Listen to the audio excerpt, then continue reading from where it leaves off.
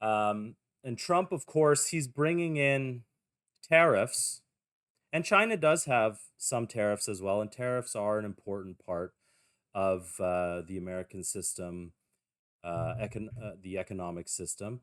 And I did a whole class for your organization called Trump Tariffs and Treason on, the protective tariff and the protective system.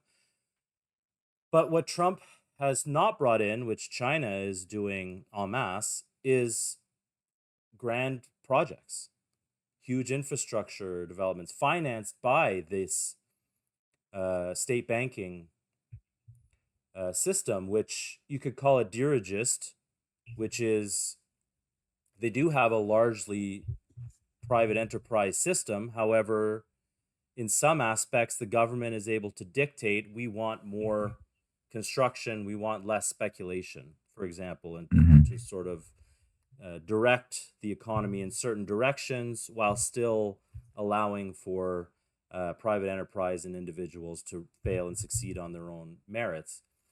And Hmm. Alexander Hamilton, of course, in his report on manufacturers, called transportation improvements the greatest of all possible improvements. The American term for a long time was internal improvements for infrastructure projects like this. China is just unbelievable in scale and scope of these Hmm. infrastructure projects. And we here in the West, we are it seems Trump is hoping and counting on tariffs and absolutely no emphasis at all on great projects. And there's a little bit of nuance to it as well. Of course, you need Congress to go along with it in the U.S.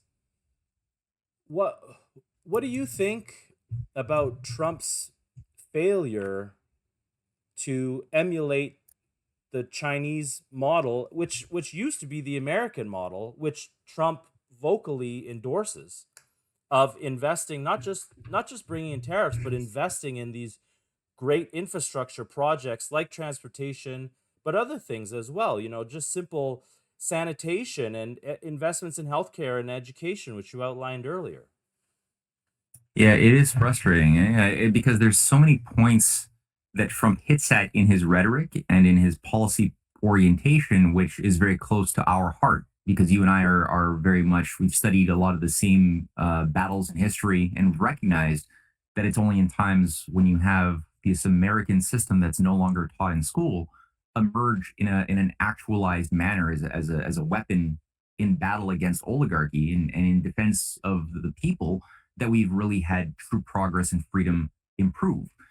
And those periods are exemplified by such figures as Abraham Lincoln, which people get a romanticized, simplified, dumbed down Hallmark version of what Lincoln was in textbooks and movies, but the real fight is completely left out of it around banking, around the green. What are the greenbacks? What was his fight against the major financiers internationally? What about the occult secret societies, both within the North and in the South, that were together working to tear apart the Union? All of these things have been really scrubbed from our awareness now because those same forces were never dealt with after Lincoln was murdered.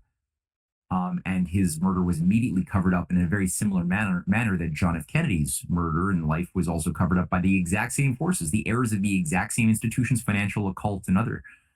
So because of that, we're sort of we it's frustrating because we don't have a full tool basket to properly deal with the issues at hand because of this lack of knowledge. Now, that being said, when Trump began speaking about Lincoln, about the American system, which he did on several occasions in his first term, he used the terminology of the American system directly. Now, he didn't, that seemed to have disappeared after 2018. I don't know why. I can speculate, but I don't know why. But he continued in his second term to utilize McKinley as an image to emulate, which is good. McKinley being a confused but generally strong follower of Lincoln, didn't have the same understanding of Hamiltonian economics as Lincoln did, but still the right principles were in McKinley's mind of the protective tariff, the idea of true value, true labor value, and the purpose of the nation state. McKinley had a good grasp of. So we were very hopeful and continue to be hopeful that this might animate a healthy restoration of the proper American system. That being said, there's still, like you said, something frustrating because it doesn't look like what we're seeing by and large under Trump's administration. Um, there's aspects of it, protective tariffs are great to a degree as long as you use them in the right way, and what they are is a way to help defend a nascent industry that you don't have, that you want to give the support that it needs to grow against international competition that already exists. They can't compete with very advanced competitive industries that do the same thing. So you want the nation state to play a role in giving them the protection of whatever you want to build. So, but it's not a formula to build revenue, as you've pointed out in your classes. It's not something you want to just turn into like we can put tariffs on goods, so then that way we have more revenue for the state. That's not why you want to do it. You want to have an idea of a vision that these are supportive of fulfilling a vision for the future, that animates the behavior of when do we increase the tariff, when do we decrease it, on what products do we want it, or what industries do we want to have the tariff now, and which ones don't we? So there's an idea of always judging the active human mind. The discerning mind has to be an active organizing principle because there's no single formula for it to work. China, I think, is a good example of a country which has been very flexible with its tariff policies. They've made choices every step of the way. That's their thing with how they do the 5-year plans. They reevaluate their entire paradigm of like, where are our priorities, where are the benchmarks that we've met, where did we miss them, where do we have to pivot, where do we have to put more resources and priorities in, and act accordingly. And they have plans within plans. They got 5-year plans, but they also have 10-year plans. They have 50-year plans. They have 100-year plans. I think the healthiest minds out there have millennial plans. I think that's a healthy way of thinking, as long as you're not a misanthropic, Armageddonist. Having a 1,000-year view of history or the future is a perfectly healthy way to create the biggest space for creativity to flow. So it would be so easy, again, for Trump just to simply provide a vision, a concrete goal, the way we've seen in the best of America's past and the way we are currently seeing around China's Belt and Road Initiative. There's so many analogs that America could have, both for cooperating with an already existent bold project that's very flexible, the Belt and Road Initiative that Xi Jinping unveiled in 2013. It's so fluid, right? And that's what's so great about it. It's not a rigid thing. It's created a space of development corridors. We know that they want to build an intercivilizational economic base of communion and working with, through economic collaboration with, neighbors that could otherwise be induced stupidly to go to war with each other, as empires have sought to do for so long.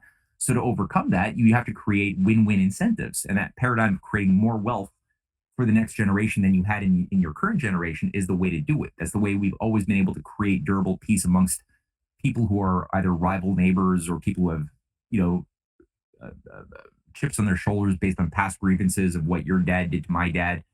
And we see this in the case of Pakistan and India. We see it in the case of India and China. We see it in the case of so many different countries with their neighbors that have been stoked by these fires of divisiveness, have been so clearly stoked by those same imperial forces that destroyed China under the century of humiliation, the Opium Wars, that worked to destroy America under its Civil War, which again was a foreign-induced civil war that worked hard to transform the United States into an instrument of empire by creating false flags like the so-called attack on the Maine that got the U.S. enmeshed into a war it should have never have been in under the leadership of, or the guidance of people like Teddy Roosevelt, into the Philippines, but also things like the Gulf of Tonkin and so many other false flags have been done to transform the U.S. and Western countries more generally into instruments of evil and destruction as power. So the way to get over that is build infrastructure. That's what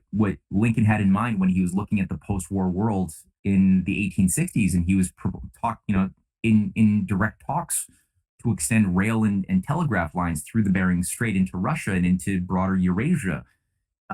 His allies were working very hard, like Ulysses S. Grant, to organize the spread of the American system internationally when he was doing his tour of the world and organizing leaders from Japan to Asia to South America and Europe in adopting this anti-British imperial system that Lincoln had fought for. That's what Ulysses S. Grant devoted his later years to, and FDR had that vision as well of let's take the New Deal experience and take what we did with the New Deal, these mega projects of the Tennessee Valley Authority and the electrification projects and the Hoover Dam and all these big projects.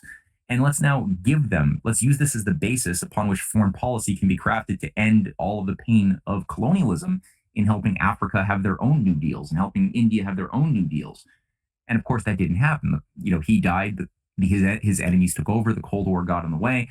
But China's now doing that exact same thing. And how easy would it be for Trump to simply provide for that type of idea? So I don't know whether it's the imperial transhumanists that have found that enjoy a bit too much influence around Trump's inner circle.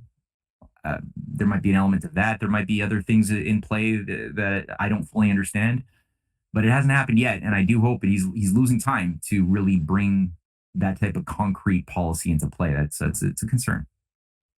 Yeah, and I think, like I said before, part of it is that these sort of things need Congress, and that requires a renaissance among the Mm. people themselves to elect a new generation of leaders, which are America first and pro these kinds of policies.